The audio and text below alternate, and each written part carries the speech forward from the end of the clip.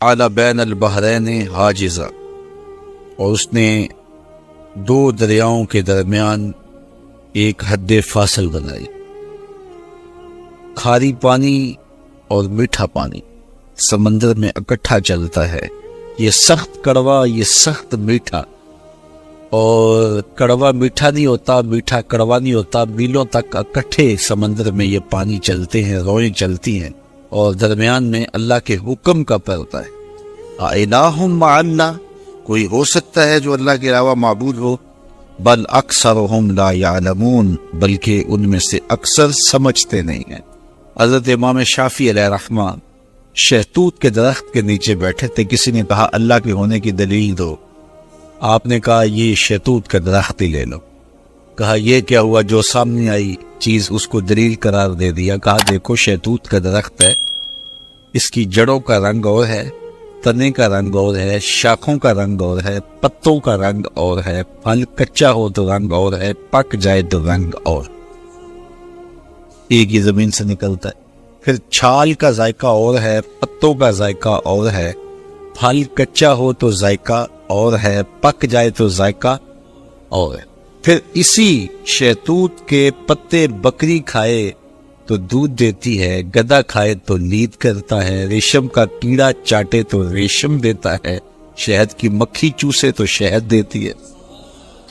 Material ایک ہے، نتیجے الگ الگ برآمد ہو رہے ہیں۔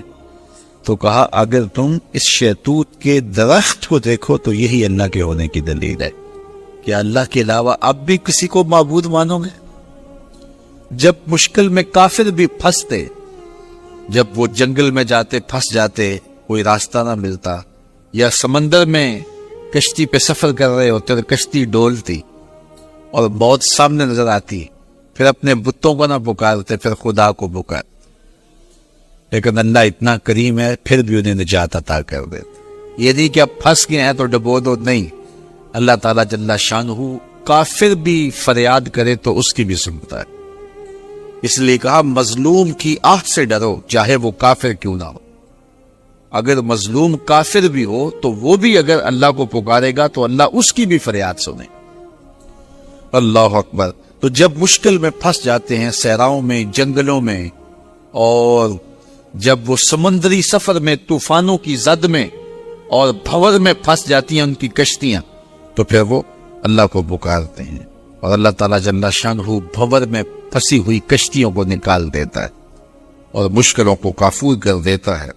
وَيَكْشِفُ السُّوءَ وَيَجْعَلُكُمْ خُلَفَاءَ الْأَرْضِ، اور وہ مصیبت کو دور کر دیتا ہے اور تم کو زمین میں صاحب تصرف بنا دیتا ہے، زمین کی خلافتیں عطا کر دیتا ہے، تخت و تاج عطا کر دیتا ہے، تمہیں شاہی دے دیتا ہے۔ اللہ تعالیٰ ارشاد فرماتا ہے الہ مع اللہ، کیا اب بھی اللہ کے علاوہ کوئی معبود بناؤ گے؟ کون ہے جو تمہیں مشکلوں میں کام آتا ہے؟ کون تمہارے دکھوں کا مداوا ہے؟ قلیلا ما تذکرون، بہت تھوڑے ہیں جو یاد رکھتے ہیں۔ بہت سارے لوگ ہیں جب مصیبت میں پھنستے ہیں تو پھر اللہ کو پکارتے ہیں، جب مصیبت ختم ہو جاتی ہے تو پھر بھول جاتے ہیں، پھر اپنی وہی دنیا۔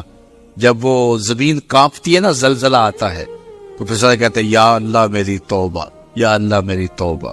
جب پتھر بھی لرزتے دکھائی دیتے ہیں، جب پہاڑ بھی کانپتے دکھائی دیتے ہیں، جب پانی بھی ڈولتا دکھائی دیتا ہے، جب زمین کا کلیجہ ہل رہا ہوتا ہے، تو بھاگ کر جانے کا، فرار ہونے کا کوئی راستہ بھی نہیں ہوتا، وہ کہتے ہیں یا اللہ میری توبہ، یا اللہ میری توبہ۔ لیکن جب زمین ساکن ہو جاتی ہے تو پھر اسی طرح سرکش کے سرکش، متکبر کے متکبر۔ تو جب پھنس جاتا ہے تو سب کچھ دینے کے لیے تیار ہو جاتا ہے، لیکن جب بچتا جاتا ہے تو پھر راستے ڈھونڈتا ہے۔ جب مشکل میں آتا ہے تو وہ کہتا ہے یا اللہ مجھے بچا لے، میں تو سجدے سے سر نہیں اٹھاؤں گا، پکا نمازی بن جاؤں گا، کسی کو دکھ نہیں دوں گا، کسی کو اذیت نہیں دوں گا، تیرے بندوں کی خدمت کروں گا، تیرے گھر کی نوکری کروں گا۔ کیا کچھ نہیں کرتا، تو کہتا ہے مسجد صاف کروں گا، میں لیٹرینیں بھی صاف کروں گا، مجھے اس مصیبت سے، اس مقدمے سے، اس دکھ سے، اس پریشانی سے، اس بیماری سے بچا لے۔ اور جب بچ جاتا ہے وہی چھاتی تان کے چلنا، اور وہی تکبر، وہی رعونت، وہی سرکشی۔ کیسا بدبخت ہے، لیکن وہ کتنا قریب ہے۔ جب وہ بندہ دوبارہ پھنستا ہے پھر کہتا ہے مالک، اللہ کہتا ہے چل جا، میں پھر معاف کر دیا۔ کوئی نہ تو صحیح ایسا کرے۔ خوش نصیب کون ہے جو جوانی میں توبہ کرتے، جوان کی توبہ پہ عرش الہی جھوم اٹھتا ہے۔ تو خوش نصیب لوگ ہیں جن کو سچی توبہ کی توفیق نصیب ہوتی ہے، اور وہ لوگ جو اپنی زندگیاں یوں ہی بسر کر دیتے ہیں اور راہ مستقیم پہ نہیں آتے، آوارگی میں بسر کر دیتے ہیں، تو پھر منو مٹی تلے چلے گئے لوگ کہانی بھی بھول جاتے ہیں۔ تو قبل اس سے کہ وقت آئے مجھے اور آپ کو اپنی آخرت کے لیے ضرور کوشاں ہونا چاہیے، اور سچی توبہ سے اپنی آخرت کی تیاری کرنی چاہیے۔ کل کا پچھتاوا آج کے پچھتاوے سے بہتر ہے۔ کل کا پچھتاوا تو سوائے حسرت دکھ بڑھانے کے اور کیا ہوگا؟ آج کا پچھتاوا زندگی بدل دے گا۔ وقت پر کافی ہے ایک قطرہ بھی آب خوش ہنگام کا، جل گیا جب کھیت برسا می تو پھر کس کام کا۔ ایک روایت میں آتا ہے کہ اہل جنت جنت میں جا کر ایک حسرت ان کے دل میں ہوں گی، حالانکہ جنت میں پہنچ کے کوئی حسرتیں نہیں ہوں گی، ہر حسرت پوری ہو جائے گی، لیکن ایک حسرت ان کے دل میں جنت میں پہنچ کر بھی ہوگی، اور وہ کیا؟ جو چند لمحے خدا کی یاد سے غافل گزارے کیوں گزارے۔ تو خوش نصیب ہیں وہ لوگ جو اپنے لمحات کی قدر کرتے ہیں۔ تو آج موقع ہے، آج فرصت ہے، سورج مغرب سے نہیں چڑھا، توبہ کا دروازہ بند نہیں ہوا، اللہ کی رحمت کے در کھلے ہیں، روزانہ آواز آتی ہے کوئی مجھ سے معافی مانگنے والا میں اس کو معاف کروں، تو اس کے حضور آج حاضر ہو جائیں، کل تو آنا ہی ہے۔ پھر جو کفن میں منہ چھپا چھپا کے آتے پھریں گے، اچھا نہیں ہے کھلے منہ سے چلے جائیں۔ پھر جو لوگ اٹھا کے لے جائیں گے، اچھا نہیں ہے خود اپنے قدموں سے چل کے اس کی دہلیز پہ چلے جائیں۔ وہ ایک مجذوب تھا، فقیر تھا، بازار میں کھڑا رو رہا تھا، کسی نے روک کے پوچھا کیا ماجرا ہوا، کیوں رو رہے ہو، کسی نے تنگ کیا ہے، دکھ دیا ہے، ستایا ہے؟ اس نے کہا کچھ بھی نہیں ہوا، بس ان لوگوں کے رویے نے دکھی کر دیا ہے۔ کہا کیا ہوا؟ کہا میرا یہ ذہن بنا تھا کہ میں ان کی اور رب کی صلح کروا دوں۔ تو کہا پھر کیا ہوا؟ کہا وہ تو مانتا یہ نہیں مانتا، وہ تو کہتا ہے ان کو لے آ میری دہلیز پہ، ایک آنسو سے سارے گناہ معاف کر دوں گا، لیکن ایسے کھوئے ہیں یہ الٹا مجھے بے وقوف کہہ رہے ہیں، یہ مجھے گھور رہے ہیں کہ تم کیا ہمیں بتا رہے ہو۔ اللہ اکبر! تو وہ تو مانتا ہے لیکن یہ نہیں مانتے۔ اگلے دن اسی فقیر کو دیکھا گیا کہ وہ قبرستان میں کھڑا رو رہا ہے، تو وہی شخص گزرا تو اس نے روک کے پھر پوچھا بابا قبرستانوں میں بھی روتا ہے اور بازاروں میں بھی روتا ہے، آج کیا مسئلہ ہوا؟ کہا مسئلہ میرا کل والا ہی ہے۔ کہا آج کیا ہوا؟ کہا کل ان سے مایوس ہوا تو پھر آج ادھر نکل آیا، اور آج میرا پروگرام بنا کہ چلو ان کی اور رب کی صلح کروا دو۔ تو کہا آج کیا رکاوٹ ہے؟ کہا آج یہ مانتے ہیں وہ نہیں مانتے۔ تو قبل اس سے کہ ادھر سے انکار ہو جائے کہ اب وقت بیت گیا، اب تم نے وہ وقت گنوا دیا، ہم نے بڑی مہلت دی تھی تمہیں، ڈوبتا سورج تمہیں روز کوئی پیغام دیتا تھا، اٹھتے ہوئے جنازے تمہیں روز کچھ کہتے تھے، بڑھاپا تمہیں آوازیں دیتا تھا، تم چلتے تو ٹھوکریں لگتی تھی، یہ ٹھوکریں تمہیں کچھ کہتی تھی، لیکن تم نے کسی بات پہ غور نہ کیا، اور لمبی زندگی کی امید پر تم نے مالک کی دہلیز کو چھوڑے رکھا، اب تمہارے لیے کوئی راستہ باقی نہیں بچا۔ تو قبل اس سے کہ وہ وقت آئے کوئی حجت باقی نہ رہے، زندگی کے جو 4 دن مجھے آپ کو میسر ہیں، ہم اللہ کے حضور سچی توبہ کریں۔ توبہ کی شرائط 3 ہیں۔ پہلی شرط یہ ہے کہ جو گناہ کیا ہے اس پر ندامت، دوسرا یہ ہے کہ اس کو ترک کرنے کا پختہ عزم مصمم، اور تیسری چیز یہ ہے کہ آئندہ اس کو کبھی بھی نہیں کروں گا۔ اگر یہ 3 شرطوں کے ساتھ کوئی اللہ کے حضور حاضر ہو جاتا ہے تو وہ سچی توبہ ہے۔ لیکن محض کسی مجلس کے اندر توبہ توبہ پکار اٹھے، جس طرح وہ گاڑی والا ایکسیڈنٹ دیکھتا ہے تو رکتا ہے، 5 لاشیں گری ہوئی ہیں تو وہ ٹیپ بھی بند کر دیتا ہے، سارے بس والے توبہ توبہ پکارنے لگ جاتے ہیں، 1.5 کلومیٹر کے بعد پھر دوبارہ وہ بٹن دبا دیتا ہے، اور پھر وہی گانے اور وہی غلیظ چیزیں، اور پھر معمول کی زندگی۔ ایسی توبہ نہیں ہے۔ توبہ یہ ہے کہ ما قبل کہ جو اعمال ہیں ان سے ندامت پیدا ہو اور ان کو ترک کر دیا جائے، اور آئندہ عزم مصمم رکھا جائے، تو اللہ تعالیٰ جل شانہ سچی توبہ کو قبول کرتا ہے، اور پھر توبہ کرنے والے کے ما قبل کے سارے گناہ مٹا کے نیکیوں میں تبدیل کر دیتا ہے۔ اللہ جل شانہ مجھے بھی آپ کو بھی سچی توبہ کی توفیق سے مالا مال فرمائے، اور زندگی کی ایک ساتھ اپنے دین کے لیے گزارنے کی توفیق دے۔ ہم نے جس دور میں اپنے ماں باپ سے دین سیکھا تو اس وقت اتنے فرقے بھی نہیں تھے، نہ بات بات پہ شرک کے فتوے لگتے تھے، اور نہ ہی لوگ دین کو کاروبار بنائے ہوئے تھے۔ اس وقت کوئی کھڑا ہو کے نعت بھی پڑھتا تھا تو اس کی آنکھیں بند ہوتی تھیں اور تصور مدینے کی گلیوں کا طواف کر رہا ہوتا تھا۔ اور اگر کوئی پیر طریقت تھا تو اس کا مقصد مخلوق کو اللہ تک پہنچانا تھا، لوگوں کا دل اپنی جانب موڑ کے مائل کر کے اپنی جیب گرم کرنا مقصد نہیں تھا۔ اس وقت عالم دین لوگوں کی عقیدتوں کو سمیٹ کر کے، گھیر کر کے، اپنی عقیدت کے دائرے میں ڈال کر کے ان سے سطحی مفاد حاصل کرنے کا دھندا نہیں کرتے تھے۔ اس وقت عالم دین بندے کو گناہ سے نکال کر کے اللہ کی دہلیز پہ سجدہ ریز کرنے کا کام کرتے تھے۔ اور آج ہم دیکھتے ہیں کہ فرقہ پرستوں نے اسلام کو توڑ کے رکھ دیا، اور جو لوگ بیچارے اللہ کے حضور سجدہ ریز ہوتے ہیں ان پر شرک کے اور بدعت کے فتوے لگا کر کے ان کو اسلام سے بدزد کرنے کی کوشش کی، اور نعت خانیہ ایک بہت بڑا کاروبار بن گیا، اور پیری مریدی ایک بہت بڑا دھندا بن گیا۔ تو اس دور کے اندر اپنی اولاد کو سنبھالنا، وہ طرح طرح کے سوال کرتی ہے، پوچھتی ہے، تو پھر ان کو دین پر مطمئن رکھنا اتنا آسان کام نہیں ہے۔ ہمارے والدین نے ہماری تربیت کی تو ان کے لیے قدرے آسان تھا، لیکن ہمارے لیے اپنی اولاد کو سنبھالنا اور دین کی راہ پر ڈالنا قدرے مشکل ہے۔ لیکن ہمارے والدین نے جو آسان کام کیا تھا اس کے لیے بھی بڑی محنت کی تھی، اور ہم اپنی اولاد کے لیے کیا اتنی محنت کر رہے ہیں جتنی محنت ہمارے والدین نے ہمارے اوپر کی تھی۔ تو اگر ہم نہیں کر رہے تو پھر ہماری اگلی اولادیں یا ان کی اگلی نسلیں پھر کن ہاتھوں میں ہوں گی؟ تو اس لیے ہمیں خاص طور پہ سوچنا چاہیے۔ میں نے قرآن مجید کی جو آیت کریمہ پڑھی ہے اس میں ارشاد فرمایا، اپنے آپ کو اور اپنی اولاد کو دوزخ کی آگ سے بچا لو جس کا ایندھن انسان اور پتھر ہے۔ تو مجھے اور آپ کو اپنی اولاد کی حفاظت کرنی چاہیے۔ بعض اوقات ہم وطن چھوڑ کے یہاں آتے ہیں اس لیے کہ ہماری اولادوں کا مستقبل ٹھیک ہو جائے۔ ہم خود پردیس کاٹ لیتے ہیں، تنہائیاں کاٹ لیتے ہیں، اذیتوں سے گزر جاتے ہیں، لیکن اولاد راہ مستقیم سے بھٹک جاتی ہے تو ہم نے ان کی دنیا کی زندگی کی تو سوار دی، لیکن جو حقیقی ابدی اور سرمدی زندگی ہے جو کبھی ختم ہونے والی نہیں ہے تو وہ برباد ہوگی۔ تو ہم نے اپنی اولاد کا بھلا نہیں کیا ہے، اپنی اولاد کا نقصان کیا۔ تو ہمیں چاہیے کہ ہم اپنی اولادوں کی حفاظت کریں، اور اولادوں کی حفاظت کیا ہے؟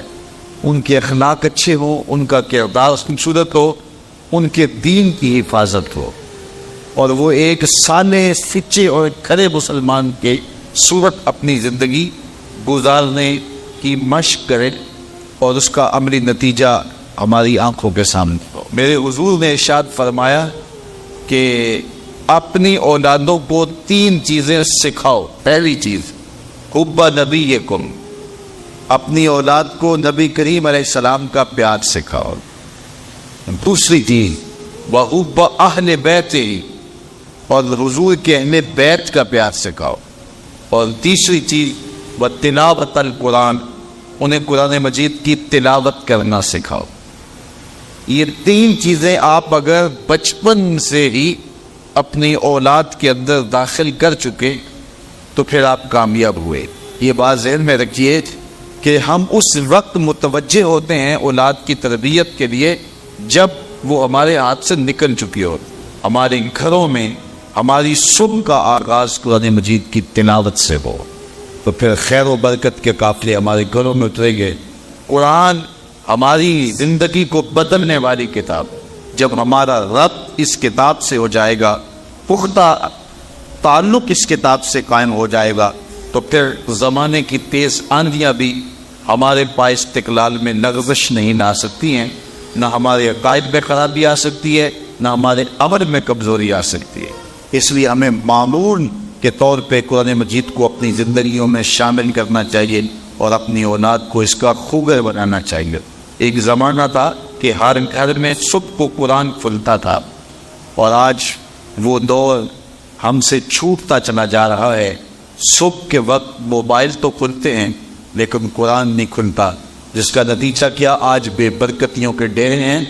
کثرت مال کے باوجود بھی ہم بے برکتی کی بات کرتے ہیں، اس لیے کہ ہمارے گھروں میں قرآن مجید کا چراغاں نہیں ہے۔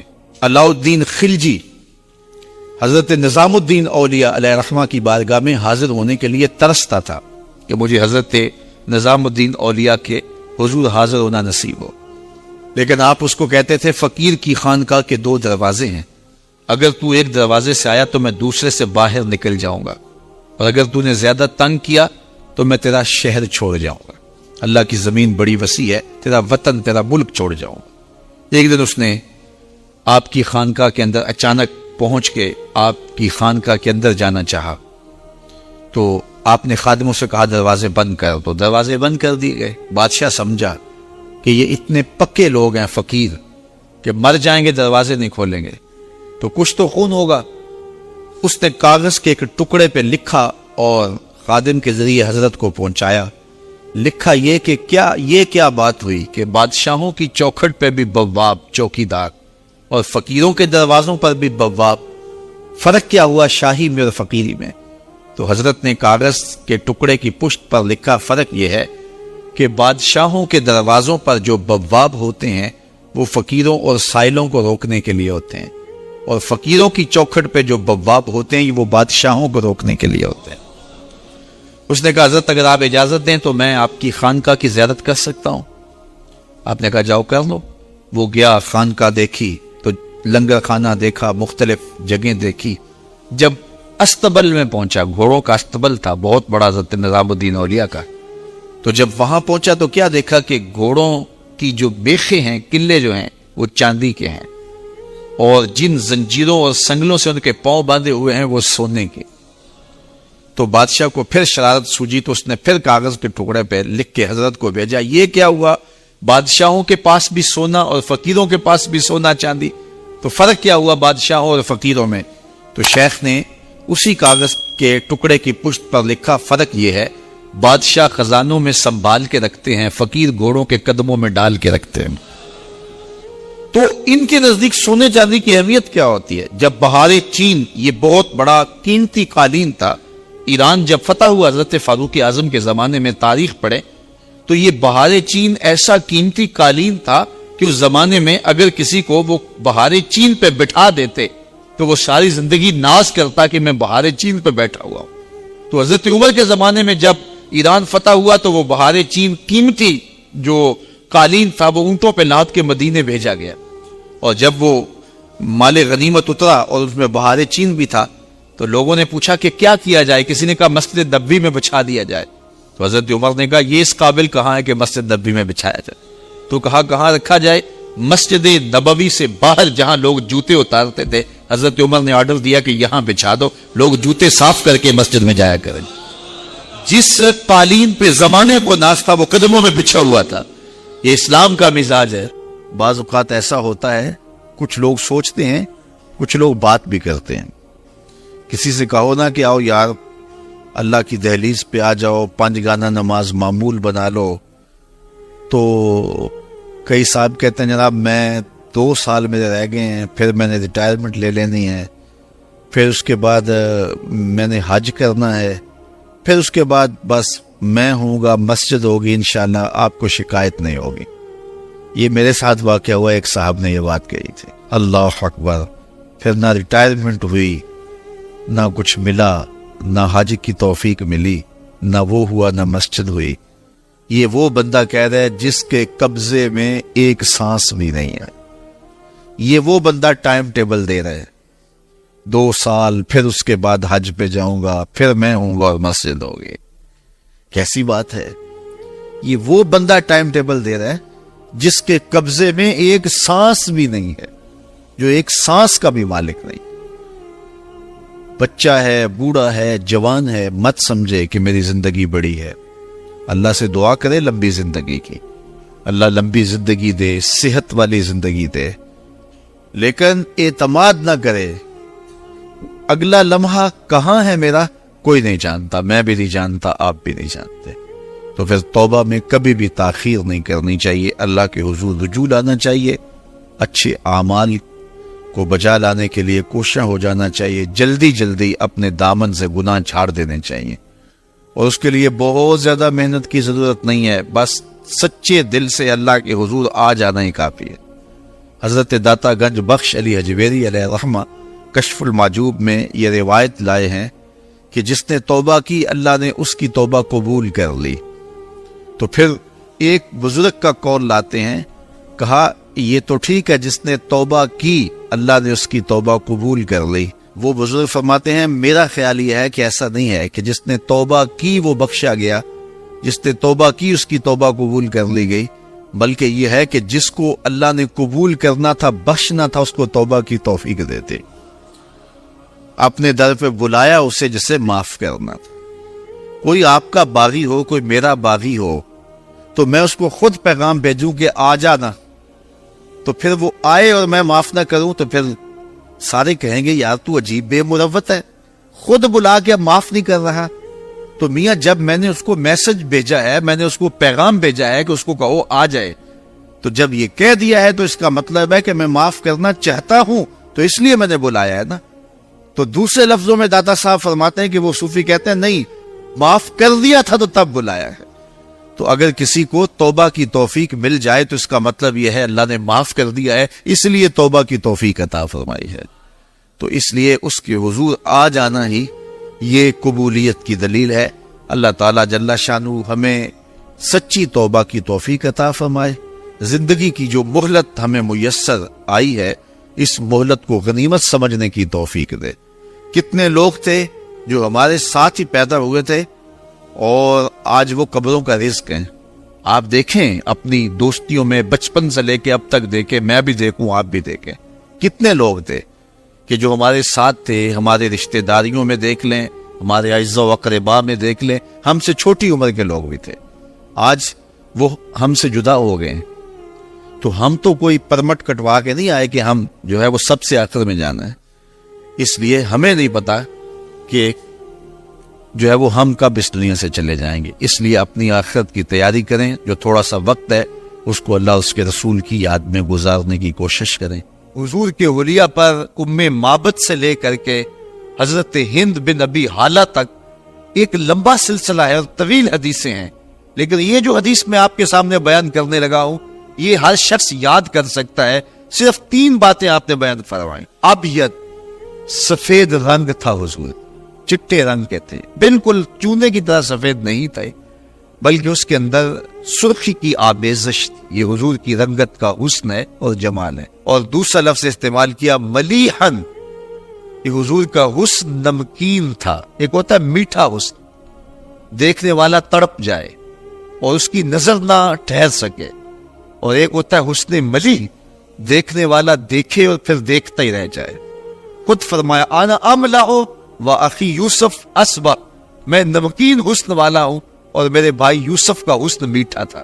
وہاں زنان مصر کی انگلیاں کٹ گئیں اور یہاں معاملہ ایسا بظاہر نہیں ہوا، اس لیے کہ حضور کے جمال کے اوپر پردے رکھے گئے تھے۔ اگر وہ جلوہ کریں تو کون تماشائی ہو، اس لیے 70,000 بشریت کے پردے حضور کے جمال پر ڈالے گئے تھے۔ تو حضور کے حسن کے لیے دوسرا لفظ جو حضرت ابو طفیل نے بیان کیا ملیحن، حضور کا حسن نمکین تھا۔ اور تیسرا لفظ جو استعمال کیا وہ ہے مقصد۔ مقصد کا معنی متوازن، ہر معاملے میں توازن، سوا صدر والبطن، پیٹ اور سینہ برابر۔ پیٹ اٹھا ہو سینہ پیچھے ہو تو حسن زائل ہو جاتا ہے، پیٹ چپکا ہو سینہ اٹھا ہو پھر بھی حسن زائل ہو جاتا ہے۔ لیسا بالطویل ولا بالقصیر، قد لمبا بہت زیادہ وہ بھی اچھا نہیں لگتا، پست قامتی بھی عیب ہے، درمیانی قد و قامت، ہر معاملے میں حسن۔ لیکن یہ بات آپ کو بتاؤں کہ حضور کا قد لمبا نہیں تھا، پست قامت بھی نہیں تھے، لیکن اللہ نے یہ شان دی تھی 10,000 کے اجتماع میں حضور بیٹھے ہوں یا کھڑے ہوں، اذا جامع الناس غمرہم، اللہ نے شان دی تھی۔ لمبے لمبے قد والے لوگ موجود ہوتے تھے لیکن حضور تشریف لاتے تو حضور کے کندھے لوگوں کے سروں سے اونچے دکھائی دیتے۔ یہ اللہ اپنے محبوب کو شان عطا کی۔ تو یہ 3 لفظ حضور کے حلیے کے حوالے سے یاد کر لیجئے۔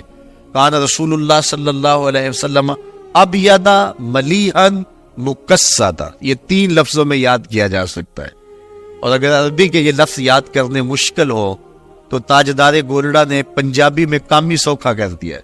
مکھ چند بدر شاہ شانی ہے، متھے چمک دی لاٹ نورانی ہے، کالی زلف تے اکھ مستانی ہے، مخمور رکھی ان مت بھری ہے۔ وہ جمال حضور کو دیا گیا جو کسی اور کا مقصوم نہیں۔ کل قمر لیلۃ البدر لم ارا قبلہ ولا بعدہ مثلہ، کہا کیا پوچھتے ہو، 14ویں رات کے چمکتے ہوئے چہرے کی طرح حضور کا چہرہ نور تھا۔ پھر حضرت ابو ہریرہ فرماتے نہیں حضور جیسا نہ پہلے دیکھا نہ بعد میں دیکھا۔ حسان بن ثابت بولے دیکھتے کیسے، کسی ماں نے جنم دیا ہوتا تو دیکھتے۔ خدا نے وہ سچائی پن چھڑیا جدے وچ محمد نو ڈالیا سی، حسینہ جمیلہ دا منہ موڑ دیتا، محمد بنا کے قلم توڑ دیتا۔ ثانی تو بڑی دور کی بات ہے، اس نبی کا تو سایہ بھی نہیں تھا، وہ اتنی بے مثل صورت، اللہ اکبر، مثل در عالم مقام متصور نیست۔ اور اقبال نے کہا تھا روح مصطفیٰ ہے وہ آئینہ، یا اس سا دوسرا آئینہ، نہ کسی کی بزم خیال میں نہ دکان آئینہ ساز۔ تو ممکن ہی نہیں ہے، خدا نے اس سچائی پن چھڑیا جدے وچ محمد نو ٹالیا۔ وہ سراپا خیر ہی خیر ہیں، سراپا رحمت ہی رحمت ہیں۔ تو اگر ہم ان سے محبت کرتے ہیں تو محبت کا تقاضا یہ ہے کہ ہم ان کی اطاعت کریں، ان کے ذکر کی کثرت کریں، ان کے نام کی پکار کریں، اور ان کو ہر طرح سے بے عیب اور بے نقص دیکھتے رہیں، اور ان کے لیے اپنی زندگی کا سب کچھ حاصل حیات نچھاور کر دے۔ یہ تقاضا محبت ہے۔ اللہ جل شانہ ہمیں اس کی توفیق عطا فرمائے کہ ہم اپنی ساری زندگی حضور کے نام لگا دیں، جیے تو حضور کے لیے، مریں تو حضور کے لیے۔ ایک تو ہی ہوتے ہیں میریاں آساں دا سہارا، 10 کنوں کراں جے تینوں نہ کراں یاد۔ زندگی کا سارا حسن ان کے نام سے، اور زندگی کا سارا جمال ان کے قدموں کی دھول ہے، اور اگر ان تک نہیں پہنچے تو پھر ہم نے کوئی سفر ہی طے نہیں کیا۔ اگر ہم منزل کی طرف بڑھنا چاہتے ہیں تو پھر انہی کے قدموں میں پہنچ جائیں۔ ہر راہ پہنچتی ہے تیری چاہ کے در پہ، ہر حرف تمنا تیرے قدموں کی صدا ہے۔ تو جو ان کے قدموں تک پہنچ گئے وہی سرمایہ زندگی پا گئے۔